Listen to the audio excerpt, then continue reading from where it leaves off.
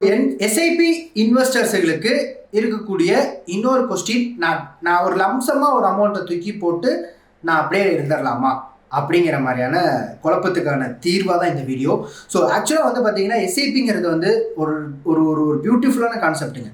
சரி, ஏன்னா உங்களுடைய மார்க்கெட்டை நீங்கள் டைம் பண்ணி ஆவரேஜ் பண்ணிக்கிட்டே இருப்பீங்க. ஸோ கீப் ஆன் இன்வெஸ்ட் ஆகிட்டே இருக்கும், கீப் ஆன் ஆவரேஜும் ஆகிக்கிட்டே இருக்கும். இது வந்து ஒரு ரெகுலர் ஹேபிட்டாகவே க்ரியேட் ஆயிருங்க. பட் லம்சம் இன்வெஸ்ட்மெண்ட் அப்படி கிடையாது. நீங்கள் மார்க்கெட் நாலேஜ் கண்டிப்பாக இருந்தால் மட்டும்தான் நீங்கள் கரெக்டான டைமில் பணத்தை கொண்டே போட முடியும். ஸோ மார்க்கெட் நாலேஜ் இல்லாமல் நம்ம லம்சம் இன்வெஸ்ட்மெண்ட் போகிறதுங்கிறது அட்வைசபிளே கிடையாதுங்க. ஏன்னா மார்க்கெட் எப்போ டவுனில் இருக்குது, எப்போ அப்பில் இருக்கிறது தெரியாமல் நம்ம வந்து பீக்கில் போய் நம்ம வாங்கிட்டோம் அப்படின்னா அங்கேருந்து ஆவரேஜ் ஆகணும். உங்களுடைய ஃபண்டு வந்து அங்கேருந்து க்ரோ ஆகிறதுக்கு இன்னும் ரொம்ப டைம் எடுத்துக்கும்.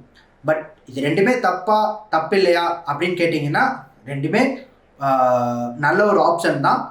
நீங்கள் மார்க்கெட்டை டைம் பண்ணி இன்வெஸ்ட்மெண்ட் பண்ணுறீங்க அப்படின்னா கண்டிப்பாக லம்சம் இன்வெஸ்ட்மெண்ட் அட்வைசபிளாக இருக்குங்க.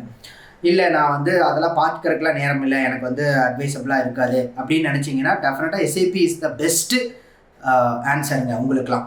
ஸோ ரெண்டுமே பெஸ்ட் ஆப்ஷன் தான். நீங்கள் பார்த்து பர்ஃபெக்டாக உங்களுடைய கோலுக்கு ஏற்ற மாதிரி சூஸ் பண்ணிக்கோங்க.